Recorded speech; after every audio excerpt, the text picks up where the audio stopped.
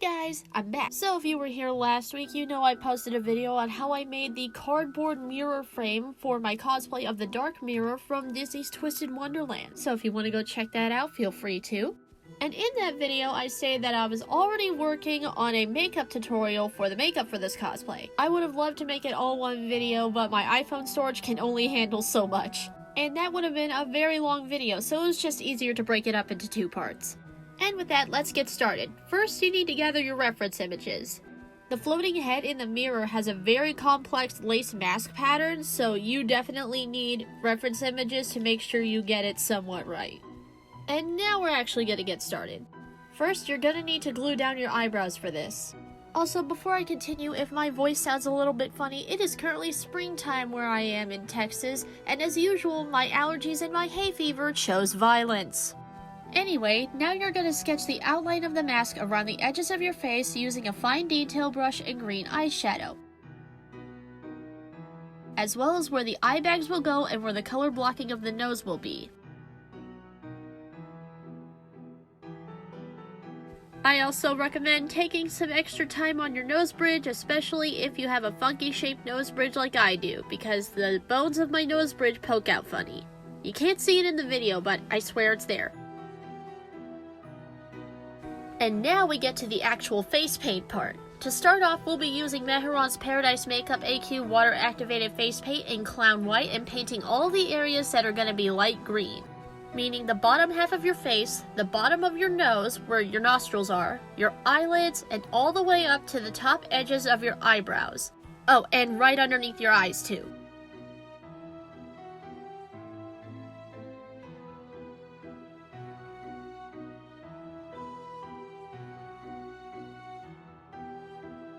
And once you have all those areas painted, it should look a little something like this. Now before you move on to the next step, let this paint completely dry down. And once it is dry, it's time to finally bust out the green. Also, this face paint is light green, also from Mehron. And we're going to paint this over top of the white areas with the exception of your eyelids. You're going to leave those alone. And when putting the green over the white, make sure you aren't too heavy on the pressure you put on the brush, because that's going to cause the white to lift and make your paint job patchy, and we don't want that. And in case you're confused about the eyelids bit, just paint the area around your eyelids, your under eye and where your eyebrows are. Like I said, specifically your eyelids, leave those white, just like I did right here.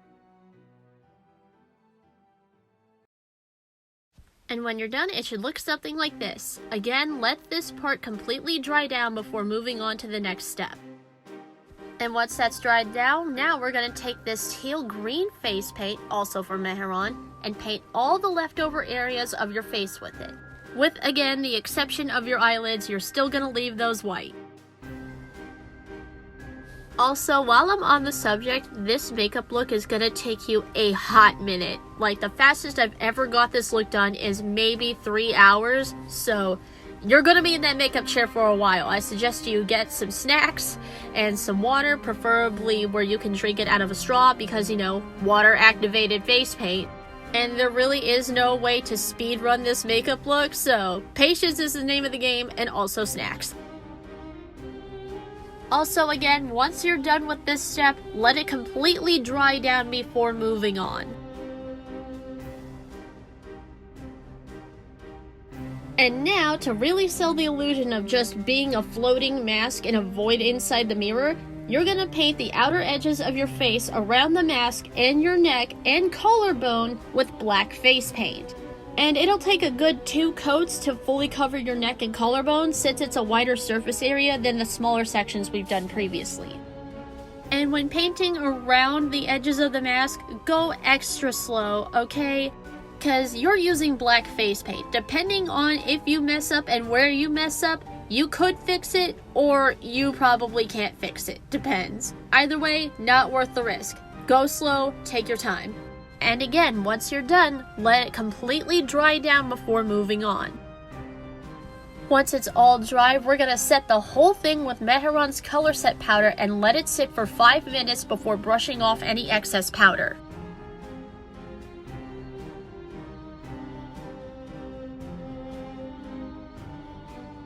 And now we start on the eyeshadow. Take a teal green eyeshadow similar to the teal green face paint and put that on the inner corner of your eyelid. Now I have very hooded eyelids, so I have to extend the coverage of the eyeshadow to just above my actual eye socket for it to actually be seen. Plus, I love exaggerated makeup looks anyway. Then we're going to take a darker green shade and put that onto the outer half of our eyelid and rounding out the outer edge. And blend where the two colors meet while putting on that darker shade.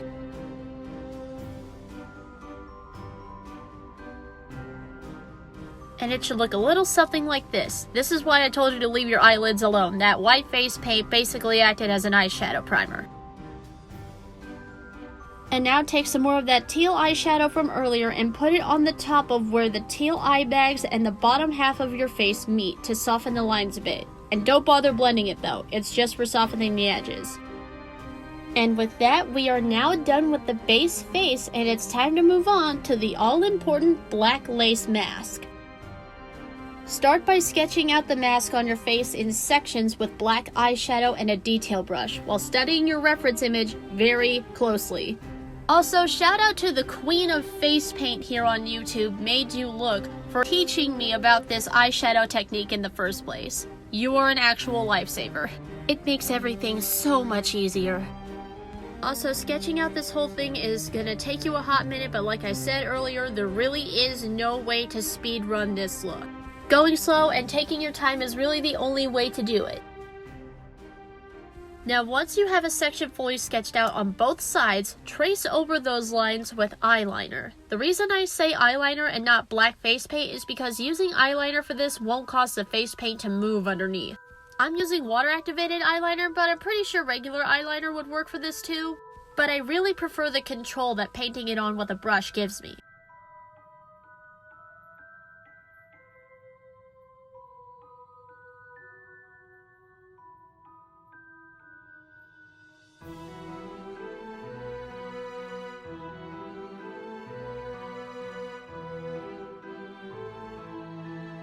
Now before we move on to the next section, I'm putting the black eyeliner all around my eye and on my entire eyelid so that they look like eye holes when I close them, because the face in the dark mirror doesn't have any eyes. But Peyton, I hear you ask, why not just use black sclera lenses like every other cosplayer on the internet? Well, the answer to that, friends, is simple. Come here. No. Come closer, Closer. It will be a cold day in hell before I wear contact lenses of any kind. Yeah, for those of you that don't know, I am autistic, and with that comes sensory issues, and those sensory issues do affect aspects of how I cosplay. But specifically with makeup, there are a couple of stipulations. One, I can't wear colored contact lenses or contact lenses of any kind, and I can't wear fake eyelashes. I have tried everything to try fake eyelashes, and it was not working. My eyeballs said, no, you are not doing that. Same with colored contact lenses. I'm not putting a foreign object into my eyeball. I don't care how cool I would look with purple eyes.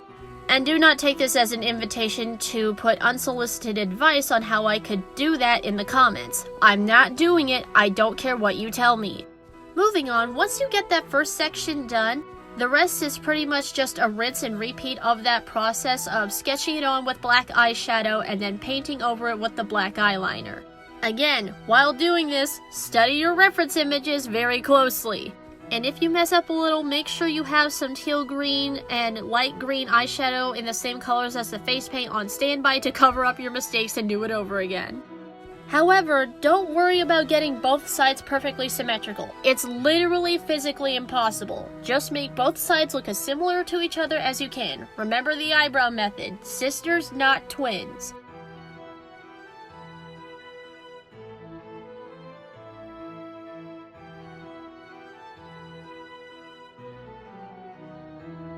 And right here, you'll see I caught me making a mistake live. I messed up the netting on that one brow bone.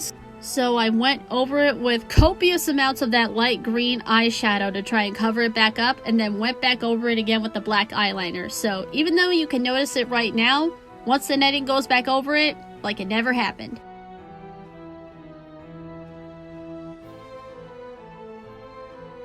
And now for what was the hardest part of the mask for me, the nose. as well as the design in the center of the forehead. The bones at the base of my nose bridge poke out a little, so I gotta watch out when I'm drawing directly over them if I don't want to mess up the lines. And the design at the center of the forehead is the most easy to mess up because it is the hardest to get away with it not looking symmetrical. As you can see right here, I messed up on it, so I had to redo it.